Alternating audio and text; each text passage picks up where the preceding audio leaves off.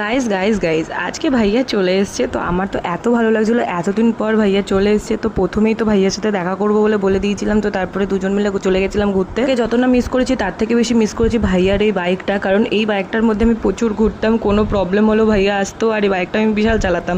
যাই হোক, তারপরে ওখান থেকে চলে গেলাম আমরা চা আর লস্যি খেতে। দেখো, আমি তারপরে চা নিয়ে নিয়েছিলাম আর তার সাথে এই বিস্কিটটা নিয়েছিলাম। নতুন ধরনের বিস্কুট, বেশ ট্রাই করতে ভালোই লেগেছিলো।